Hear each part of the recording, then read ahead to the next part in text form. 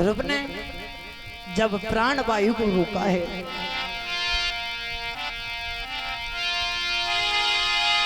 जब ध्रुव ने खींची प्राण वायु तो हवा रुकी त्रिलोकों की, हवा रुकी त्रिलोकों की।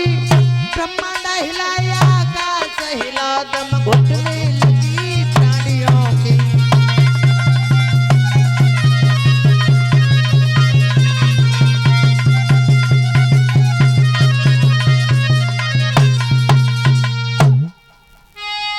जीवों की आंखें पत्थराई, एड़िया रगड़ झटपटाई उठे, एड़िया रगड़ झटपटाई उठे। हिल गओ इंद्र को इंद्रासन, जल माझी भी जल बलाई उठे।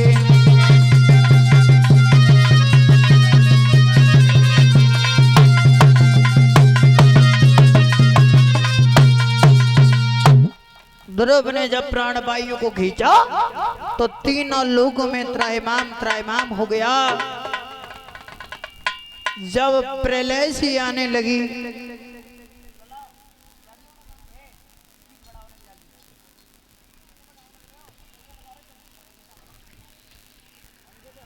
जब प्राण वायु को खींचा, प्रलय सी आने लगी तो नारद ने आवाज लगाई है, हे प्रभु 5.5 वर्ष का बच्चा हो चुका है, उसने तुम्हारे नाम की तपस्या की है और तुम अभी उसे दर्शन देने नहीं गए हो। तो भगवान विष्णु को जब ये पता पड़ा है कि ध्रुव हमारे नाम की तपस्या कर रहे हैं, तो गरुड़ पे चढ़ करके आज पहुंचे हैं ध्रुव के पास में।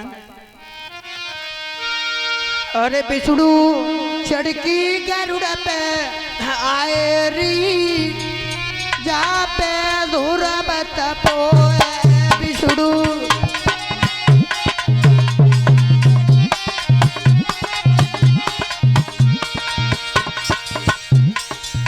ऐसा लगता है कि ताली बजाने में तुम्हें बहुत डर लगता है?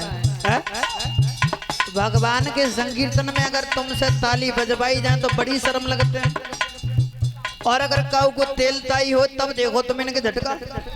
ऐसे ऐसे गाने, ऐसे ऐसी गाली जो निकाल के लाती है, समझ में जनायात के इनको कभी को बजाओ ताली। ए विष्णु चढ़की गरुड़ पे आए री, जा पे ध्रुव तपोए।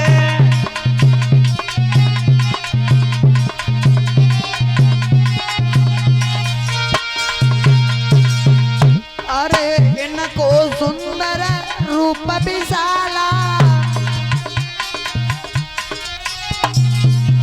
अरे गले पड़ी बैजंती माला।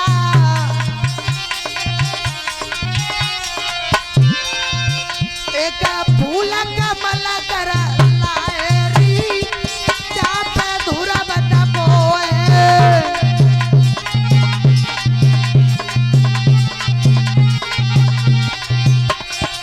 विष्णु चढ़ के गरुड़ पे आए री, जा पे ध्रुव तपोए।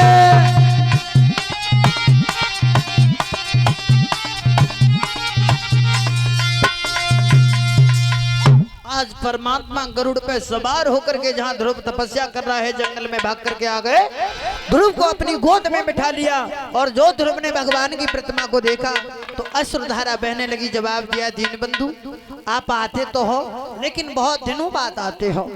मेरी मैया जौ की रोटी नमक के साथ में खाती है, तुम तब नहीं आए। मेरी मैया ने ना जाने कितने कष्ट सहे हैं, तुमने दर्शन नहीं दिए पिताजी। तो जवाब दिया, लाला सच बात तो ये है, अगर तेरी मैया को जौ की रोटी के साथ नमक नहीं मिलता तो तू भी आज तपस्या करने के लिए इस जंगल में नहीं आता। जवाब दिया है, अब कुछ वरदान मांग ले ध्रुव।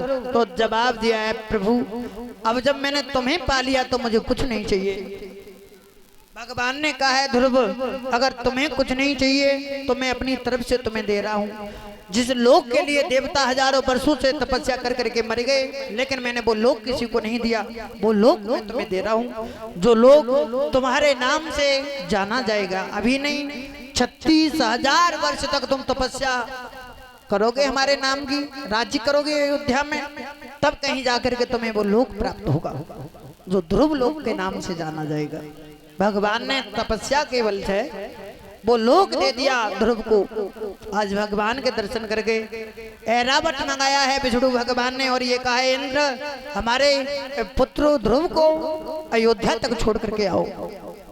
ध्रुव आज चला है, इंद्र पे बैठ करके देखो, भगवान की थोड़ी सी कृपा अगर जीवन में हो जाए फिर तो निहाल हो जाते हैं।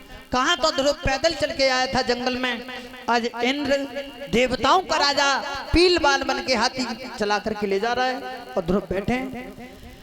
अयोध्या के नगर निवासियों को जब ये बात पता चली है कि हमारा बेटा ध्रुव तपस्या करके भगवान के दर्शन करके लौट करके आ रहा है जंगल से, मन में ये विचार किया है कि हमने भगवान के दर्शन तो नहीं कर पाए, चलो आज भगवान के भक्त के ही दर्शन कर लें। तो सभी बुजुर्ग सभी नगर निवासी रोड के सहारे खड़े हो गए, सड़क के सहारे। और जब ध्रुव ने देखा कि हमारे बुजुर्ग पैदल चल रहे हैं और हम हाथी पे बैठ के जा रहे हैं, ऐरावत से कहा है इंद्र से कि इंद्र इस ऐरावत को नीचे बिठा भैया, मेरे बुजुर्ग पैदल चल रहे हैं, मुझे हाथी पे बैठे हुए अच्छा नहीं लगता। 5.5 वर्ष का बच्चा, देखो कितना बड़ा शिष्टाचार।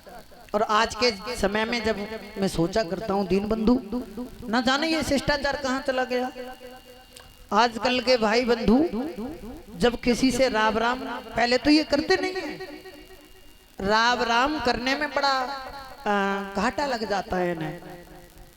देखा होगा आपने, अगर मोटरसाइकिल से निकल के जा रहे हो, उधर से बे आ रहे हैं, तो राम राम करवे में बड़ो शर्म है। राम राम मुंह से नहीं कहेंगे, उन्हें नो कर दी बस हो गई राम राम, सिर हिला दिया, पता कुछ नहीं किसने क्या कह दिया, कुछ पता नहीं है। बड़ा शिष्टाचार देखने में, पहले महाराज मेरे बुजुर्ग बताते हैं और अब भी देखता हूं मैं, कुछ ऐसा नहीं कि बदल गया है। अब भी पहले के जब लोग एक दूसरे के चरण स्पर्श करते थे तो अपना सर अपने बुजुर्गों के पैरों में रख देते थे, तब वो पैर छुए माने जाते थे। लेकिन आज थोड़ा समय बदला, वो व्यक्ति कुछ समझदार हुए, उन्होंने पैर से हाथ लगाए और अपने माथे से लगा लिए। चलो ये भी एक तरह से पैर छूना ही माना गया, चरणों की रज माथे से लगा ली। और अब आए कि सपा समझदार हुई गई, अब बे आते हैं घोटन से हाथ लगाए अपनी छाती में मारता है, छुए गए पांव, छुए गए बे पांव छुए ना। हमारी समझ में एक बात आई, परिषद महाराज हमें ऐसा लगता है कि वो एक इशारा करते हैं, अगर हमारी छाती में दम बनी रही तो जो परियां तुम्हारी हम तोड़ेंगे। आजकल के बच्चन की ये दशा है। और अब तो बिल्कुल सपा समझदार हो गए। गांव में तो अच्छे हैं जो घोंटू छुए लेते, शहर में